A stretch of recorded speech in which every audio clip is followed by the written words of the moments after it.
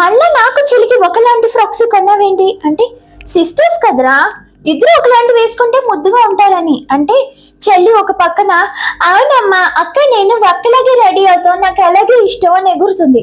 కానీ రాణి మాత్రం అంది, అమ్మా ఇంకా ఆపమ్మా, మా ఇద్దరికి ఒకలాంటి బట్టలు కొనకు, చిరాగ్గా ఉంది, బ్యాండ్ మేళం లాగా ఏంటి దాని కొట్టి నాకు ఒకటి కొను అంటే.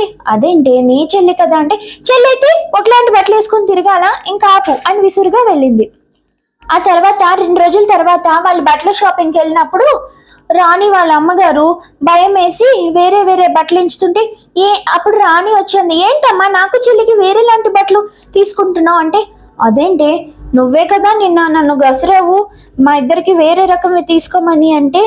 అలా అనుకున్నాను కానీ మొన్ననే మన పాత ఆల్బంలోని నిన్ను పిన్నిని చూసానమ్మా, ఇద్దరు ఒకలాంటి బట్టల్లో ఎంత ముద్దుగున్నారో, నాకు అలాగే కొను అంది.